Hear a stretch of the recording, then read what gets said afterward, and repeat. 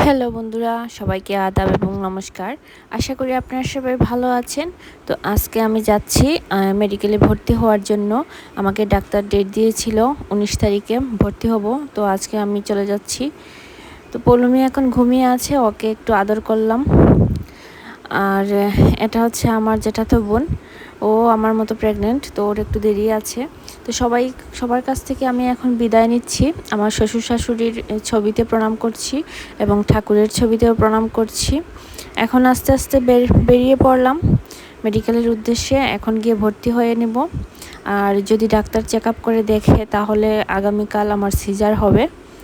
তো এখন বাসা থেকে বের হয়ে পড়লাম আমি আর পৌলমীর পাপা।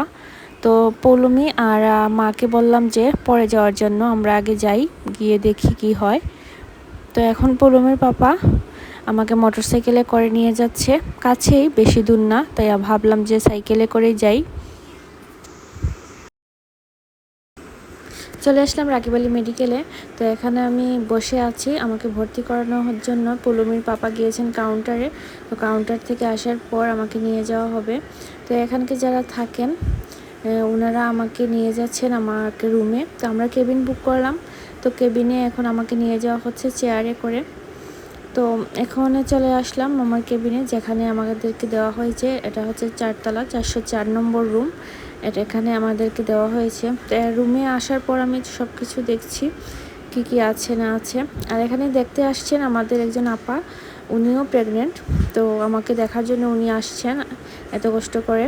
তো এখন আমাকে নিয়ে যাওয়া হচ্ছে চেক আপ করানোর জন্য। সেখানে আমাকে চেক আপ করানো হবে, ডাক্তার দেখবেন তো বাচ্চার অবস্থা কীরকম আছে না আছে সেটা।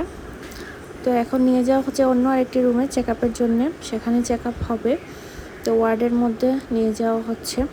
তো এখানে আমাকে বসিয়ে দেওয়া হলো, তারপর ডক্টর আসবেন। তো ডক্টর এসে এখন আমাকে দেখছেন।